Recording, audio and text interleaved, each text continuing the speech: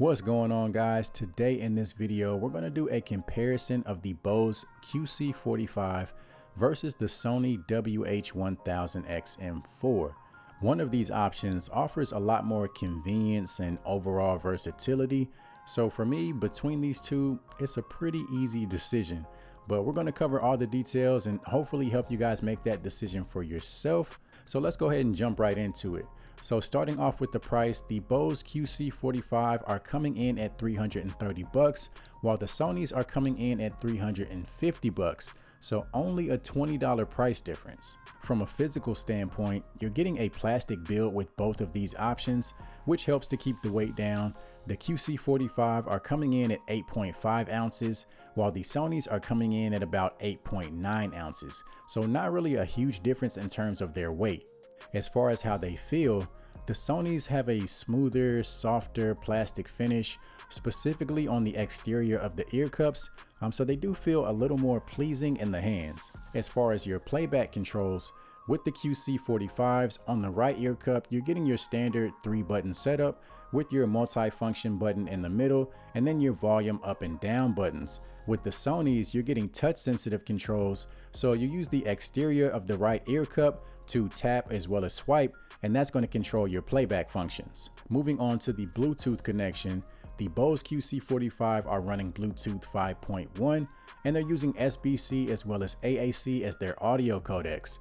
The Sonys are running Bluetooth 5.0 and they're using SBC, AAC as well as LDAC. So if you have an LDAC compatible phone or device, you have the option to stream at a higher resolution, which I definitely recommend checking out because it definitely adds to the audio performance. And then both headphones are offering multi-point connection, so no sacrifices there. Now, when it comes to battery life, the Sonys have the advantage with an advertised battery life of 30 hours compared to the 24 hours of the QC45. When it comes to the fit, they're both very comparable. I do feel like I get a little bit more pressure from the top of the headband on the Sonys, but it's not anything that's going to cause a glaring difference in terms of the overall comfort between the two. They both feel great. The cushioning on the ear cups is very soft and forgiving on both of these. And like I mentioned earlier, they're both very lightweight. Now, keep in mind that your experience with the comfort is going to depend heavily on the size and shape of your head. When it comes to using the controls, I prefer the touch controls on the Sonys just because I feel like they're more convenient and faster to use. You don't have to take that extra second to make sure you find the right button like you do on the QC45s. Now let's go ahead and touch on the sound quality. So like I said in the other comparison video, the QC45 have that signature open and spacious type of sound. It just feels like everything has room to breathe and you're getting nice detail and clarity within the treble, and it just makes for an overall very enjoyable listening experience. With the XM4, I feel like they sound a little bit more closed in, so not quite as open, but they do sound more upfront. And with that, you're getting noticeably deeper bass response, so a little more of that low end rumble. But even still, you're getting plenty of detail and clarity within the treble. I wouldn't necessarily say that one of these sounds better than the other. It all just depends on what you prefer, but I will say that there is more flexibility with the sound on the Sonys since you have customizable EQ options within the app. And like I mentioned earlier, if you have a compatible device, you have the option to stream using that LDAC codec to give you a little bit higher resolution. Also within the app, you have a setting called DSEE Extreme, which is designed to kind of upscale the audio and bring back some of the life that gets lost due to compression. So between the EQ controls, the LDAC capability, the DSEE Extreme setting, you're getting more versatility over the sound, and the fact that you even have these options to play around with, you just feel like you're getting more for your money.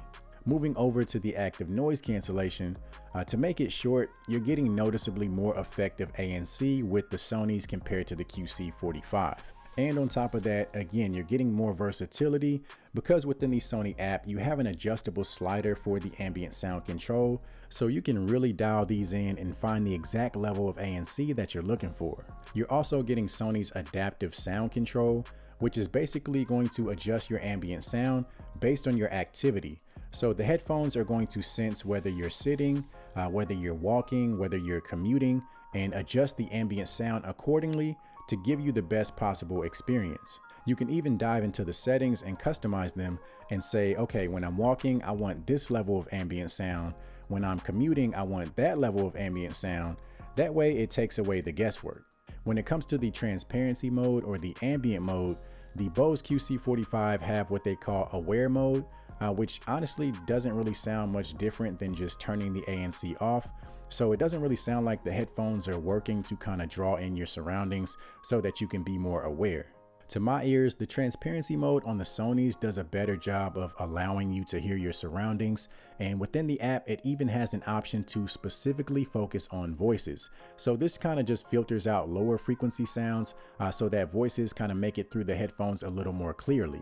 You're also getting Sony's quick attention mode, which basically you just place the palm of your hand over the right ear cup and it'll automatically turn down your music as well as activate the transparency mode so that you can quickly hear or have a conversation.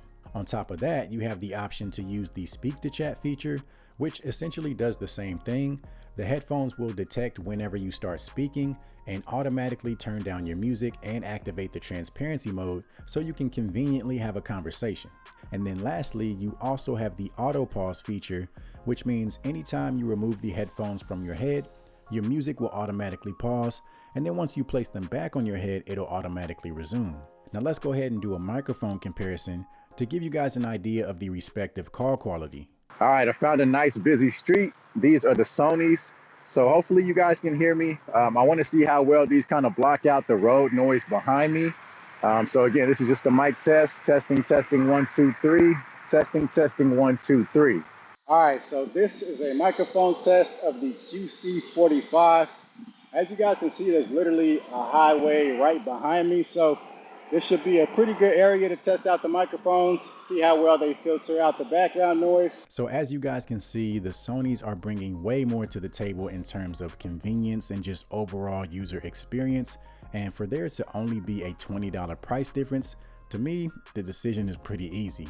So that's going to be it for this video. Do me a favor, if you found the video to be helpful, go ahead and give it a thumbs up as well as subscribe to the channel. You can also follow me on social media to stay on top of all the reviews that I'll have coming up.